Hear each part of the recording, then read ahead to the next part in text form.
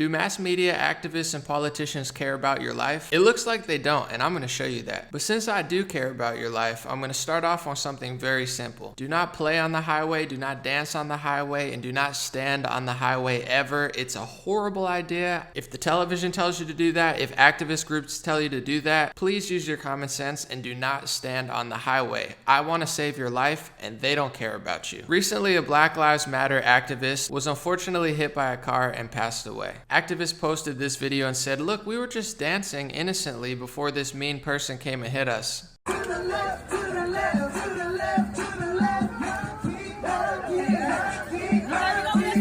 walking by yourself. Rest in peace, and I wish the best for her and her family. But why in the world would you be dancing on a highway, let alone dancing on a highway at night? It's a horrible idea, but they keep doing stuff like this and acting like nothing bad will happen, even though continuously bad things are going to happen because it's a horrible idea. Now, because of this picture I just showed you, left is the Black Lives Matter activist who passed away, and right is the person who was driving the car. It messes up the media's narrative for blaming white people for everything in society, so of course they had to spin this story in the craziest direction. A young protester has died from injuries she suffered when a luxury car plowed into her and another woman during a Black Lives Matter protest. So you can see the picture they show is a white police officer, so they could simultaneously demonize the two groups they hate the most, white people and police officers, and not give you context of what happened. Since the driver was black, it's luxury car now. This man had his bail set for $1.2 million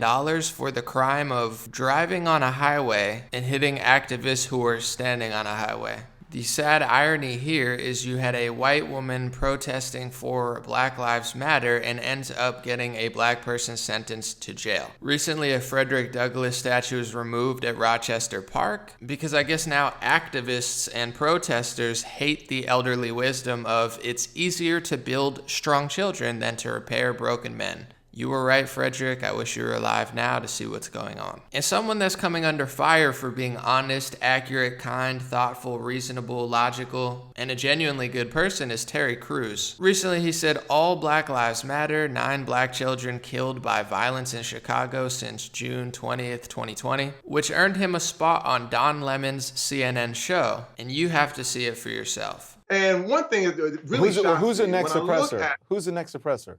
oh, when I describe this, when you look in the city of Chicago, there are 9 children who died by gun violence, by black on black gun violence, from June 20th all the way to today. And you're talking about even with the Atlanta child murders, there were 28 kids who died in 2 years. You're talking about a month, and you have 9 black kids, and the Black Lives Matter movement has said nothing about this. What does that have to do with it? equality, though, Terry? I don't understand what that has to do with equality, because listen, there's crime. There are people in those communities those people aren't just being nonchalant about gun violence. I lived in Chicago. There are many people who are working in those communities to try to get rid of the gun violence. The gun culture in this country is prevalent, but I don't understand what that has to do with a movement that's for equality for black people. It's not mutually exclusive that if you care about equality for black people, that somehow you're going to stop random violence or, unfortunately, kids from being shot. It just seems like apples and oranges. So let me get this straight. Don Lemon doesn't understand why caring about all black lives should be part of Black Lives Matter. He doesn't understand why black children being murdered should be a part of Black Lives Matter. At least 5 children, ages 6 to 11, were shot and killed over the 4th of July weekend while doing everyday things, riding in mom's car, walking in a mall, and playing in a yard with their cousins. Like Terry Crews said, 9 children under the age of 18 have been shot dead in Chicago since June 20th. Recently, parents of 8-year-old killed last night said, "They say Black Lives Matter. You killed your own this time. You killed a child." You can see that clip here. They say Black Lives Matter. You killed your own. Killed your own this time. Just because of barrier. They killed my baby because she crossed the barrier and made a U-turn. You killed a child. She ain't do nothing to nobody. Started shooting on my car before we could even make a U-turn. Shooting my tires out, like, why? But Black Lives Matter. And here's a picture of Secoria Turner, the 8-year-old who was killed last night around the Wendy's where Rashard Brooks died. But for some reason, Don Lemon doesn't think that Black Lives Matter should care about all black lives, and the reason that most black people are getting murdered. It doesn't matter to him, or it shouldn't be part of that movement. He even pompously says, I'm going to let you watch the clip in a second, make your own movement that cares about this stuff. I mean, why would Black Lives Matter care about that? Watch it for yourself. Being shot, it just seems like apples and oranges. You know, it's not that way. You know, this is the thing, Don. You know, black people need to hold other black people accountable. I said this the same thing. This is the Black America's version of the Me Too movement. If anything is going to change, we ourselves need to look at our own communities and look at each other and say, this thing cannot go down.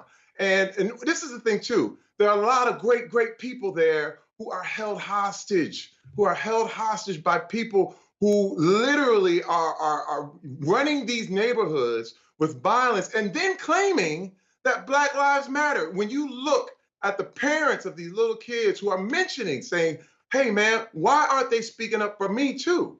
And then this is what I'm saying. When I look at this whole thing about, you know, it's about who is controlling the narrative. It's got to be all Black Lives Matter. And what's happened is that because I even challenged it, because I even questioned and warned people, Terry, I became like if I told you to wear a mask, but Terry, they want to kick you out. You're a high-profile person. You're writing things out there. You know you're going to get backlash. You know people are going to respond to what you're saying on Twitter. So I don't think you should be surprised by that. I have a skin as tough as an armadillo because of what I do, and I think maybe you should adapt that. But here's what I have to say. The Black Lives Matter movement was started because it was talking about police brutality. If you want an all Black Lives Matter movement that talks about gun violence in communities, including, black communities, then start that movement with that name. But that's not what Black Lives Matter is about. It's not an all-encompassing. So if you're talking about, if someone started a movement that said, either this guy is dishonest, incredibly wicked, or not very bright. I'm not sure which one it is, but did anybody before this clip think that Black Lives Matter shouldn't care about black lives? It's bad enough that they say, how dare you say that all lives matter, Black Lives Matter. Okay, so then Black Lives Matter, but black lives don't matter to Black Lives Matter, according to Don Lemon. Meanwhile, turning around and then telling you that you shouldn't care about one of the biggest, if not by far the biggest, cause of black Americans getting murdered. It's not important to him. We're talking about equality here. What they're really doing is pushing Marxist ideology, in their own words, and threatening to burn it to the ground if they don't get their way. And this spiraling cancel culture victimhood ideology isn't stopping there. Just a few years ago, Hamilton was known as the woke version of American politics, rap music, a lot of black influence. I believe the person who wrote it was Hispanic. But now, Cancel Hamilton appears on Twitter just days after the musical's Disney Plus debut, amid criticism of founding father for his complicit role in slave trade. I guess Hamilton's bad. The Washington Post perspective: while offensive TV shows get pulled, problematic books are still inspiring debate and conversation. This is literally Washington Post calling for book bannings, or better known as book burnings, which is deleting of books, which they're already doing on Amazon, which you might know is owned by Jeff Bezos, who also owns the Washington Post, who's already banning books today. Did you read that right? Problematic books are still inspiring debate and conversation.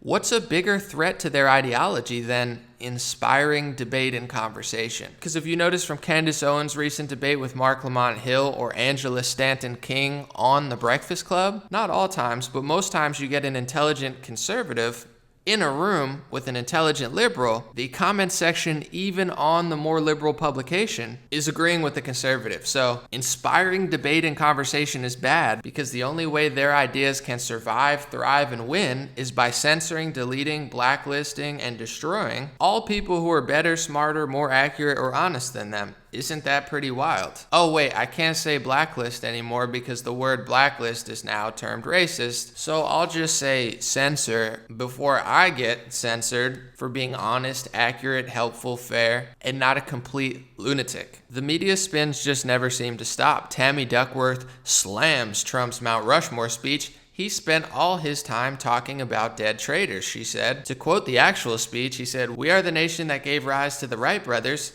Tuskegee Airmen, Harriet Tubman, Clara Barton, Jesse Owens, George Patton, General George Patton, the great Louis Armstrong, Alan Shepard, Elvis Presley, and Muhammad Ali." So, dead traitors like Harriet Tubman, Jesse Owens, Louis Armstrong, and Muhammad Ali, these people hope that media manipulation, school brainwashing, and just nonstop bombardment with propaganda will make you think that they're actually accurate and honest as they censor and silence anybody who disagrees and tells you the truth. They hope you never actually watch President Trump's speech in full. They hope they could just quote it out of context, lie about it, call everything racist, and hope that you believe it. Watch the actual speech, listen to the president. That's what changed my mind originally. I stopped reading the headlines and clips out of context and watched a full speech, and I was like, wow, this guy's 1,000 times more honest than any media source I've ever seen. These people are such liars, such deceivers. Lord only knows how much lower they could possibly even stoop. Speaking of stooping low, here's the New York Times. Are protests unsafe? What experts say may depend on who's protesting what. So they're admitting if you protest for Black Lives Matter, the Marxist organization that Don Lemon apparently thinks shouldn't care about all black lives,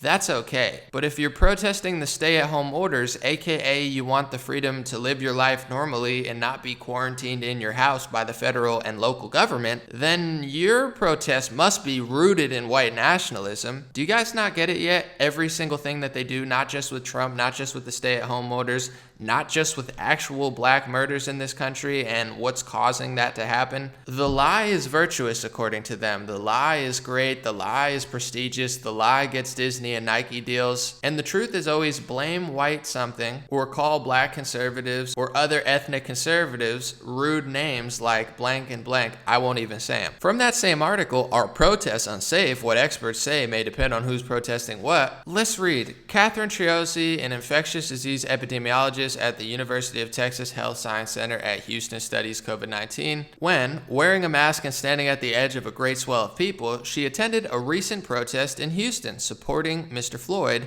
a sense of contradiction tugged at her. "I certainly condemned the anti-lockdown protests at the time, and I'm not condemning the protests now. And I struggle with that," she said.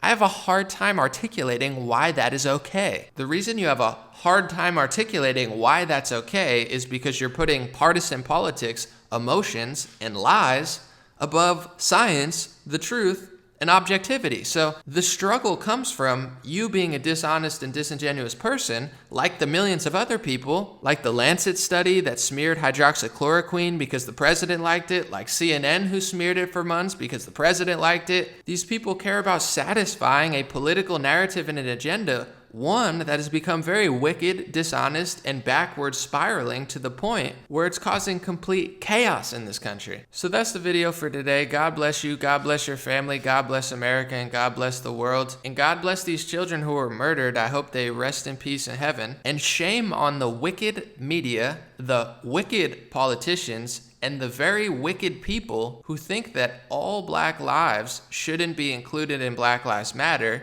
and that you guys have the moral high ground to put a microscope on 1% or 0.1% of black lives and say that when Terry Crews wants to talk about 90% of black lives in that same category that you're talking about, that's somehow a horrible thing to do because you only want to talk about certain things that, if you look on a scale of what's killing black people, is such a small amount that an honest and intelligent person would question your motives, which I am, which everyone should, because it's not right. And it never will be. And I don't care how much you lie on mass media, how many politicians you get to agree with you, how many celebrities you get to lie for you, or how many corporate sponsorships you get for your wicked, dishonest, fake activism that actually destroys communities, destroys cities, destroys lives. I don't care how much you lie about it. We're going to tell the truth. And we're going to actually try to save all black lives and all lives in general. Have a beautiful day. I'll be back with more videos.